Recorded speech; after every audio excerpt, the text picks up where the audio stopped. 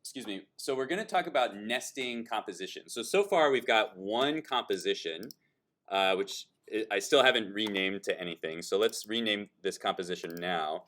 I'm going to call it main. So this is our main timeline with our main animation. And right now it's just got a few things going on. It's got the background that fades in. It's got this little shape that kind of flies around. And then it's got the text excitement that appears here. And what I want to do is add to the animation. And I've got this nice little like motion that I created with the shape. And what I can do is just make that into its own composition. And then I can duplicate it and modify it in various different ways. And so I can do a lot, I can add a lot to the animation without having to kind of like make new content. So of course you can make new content. You don't have to animate this way.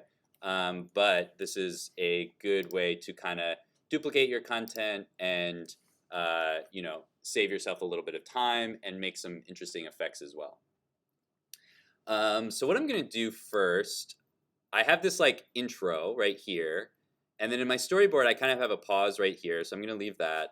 And then my text I want to actually move to the end. So I'm going to open up the text and I'm going to find the keyframes here, and I'm just going to move them all to the end. And I actually want these to overlap a little bit, so let's do this. So I'm just like editing the timing of these keyframes a bit. And so I actually have to open up this whole section, and now I can grab all these keyframes. And I'm going to put this almost all the way at the end. So I'm going to align this last keyframe with 9 seconds.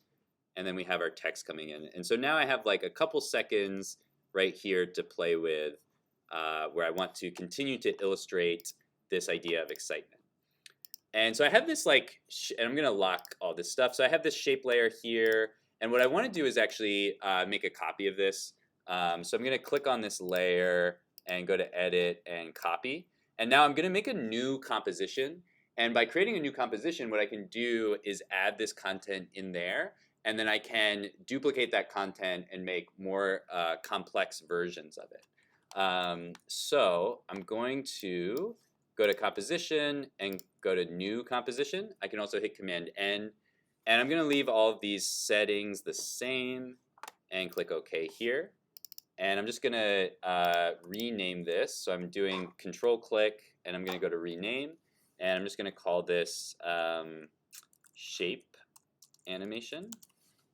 And then I'm going to go in here and go and paste this shape animation. And so now I just have a copy of this animation on its own, and it only lasts like, let's see, 3.5 seconds, something like that. And so I'm going to change the length of the composition to match this. So I'm going to take this blue work area and put it all the way down here. And then if I right click here, I can trim composition to work area. So I can trim the entire composition just to this length. So I'm going to click that, trim composition to work area. And so now I just have this simple composition with this shape that kind of animates through the scene. And so the thing that gives me an advantage here is now I can use this composition and I can do a lot of different stuff with it, and I can also change the original animation and it'll update that other stuff. So this is a more sort of complicated organization.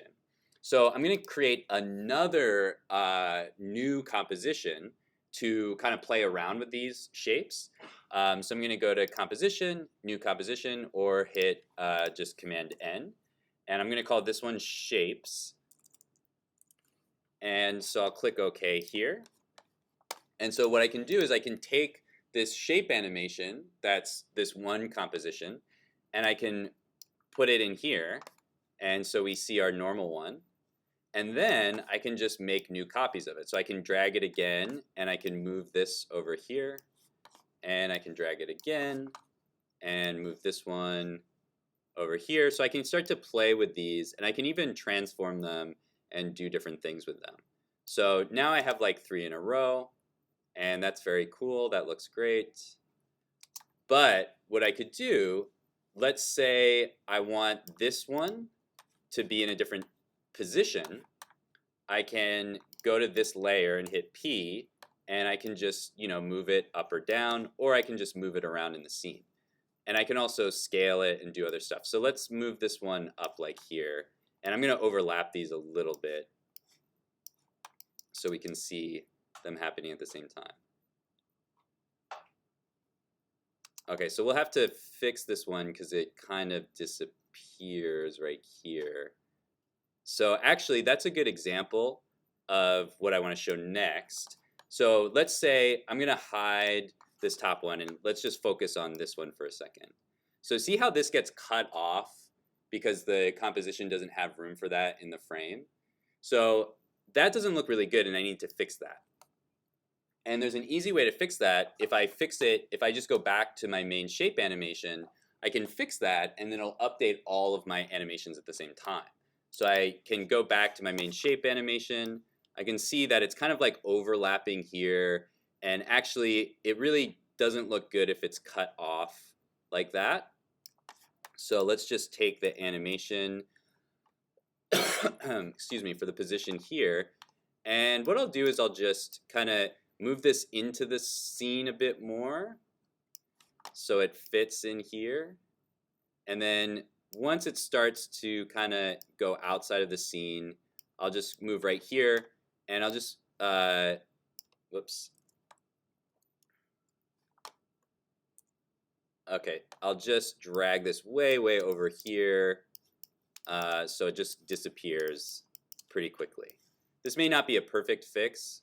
Oh, I also scaled it by accident. Let's undo that. Okay, there we go. And let's just move it way over here. So this way it'll be off screen. We won't see those little cut off parts of it. Okay, so this should look better. It's not perfect, but for the demo, I'm not going for perfect. So now let's go back and look at this. And now it just kind of disappears. So there are still some parts where it gets cut off, but it's much less apparent. And then it just kind of disappears quickly. So now I can bring in my other copy of this. And so now I've got a bunch of these. And then I can just like keep adding them in. So I can add another one here. And maybe I'll move it down here. And maybe I'll actually scale this one up so it's a little bigger. I'll move another one here and put it down here. And I can, take that one, this new one. So I'll just click on this. And maybe I'll move it up here, and I'll scale it down so I can get some different effects. And so we can see now we've got all these different copies of this one animation. And then I can even nest that composition within other compositions, so I can get more and more complex using this basic approach. And so now I have this slightly more interesting one. I'm going to drag these guys down here and make this a little shorter. And then I'm going to do the same thing here. I'm just going to trim to the end and control click and trim comp to work area. And of course, I could spend a lot more time adjusting these and making them look better. But for now, I just want to demonstrate this one example. So I still have my shape layer here. I can leave that there. That's fine. But now I have this shapes composition, which I can drag. I'm going to put it in between these two, and I can add it right there. And so now I'll see the duplication of all of these little shapes. And so as I add more of those, I can get even more kind of like variations and different examples of these kind of patterns or different animations layered on top of each other. Okay.